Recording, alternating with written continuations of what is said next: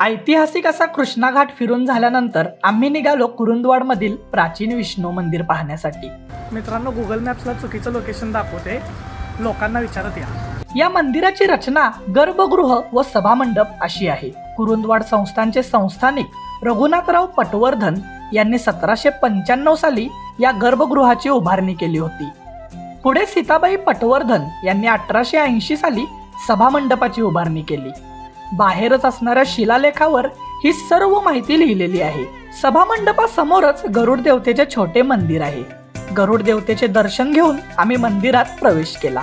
सभामंडपाचं बांधकाम आणि इथलं नक्षीकाम बघत बघतच आम्ही गर्भगृहात पोहोचलो।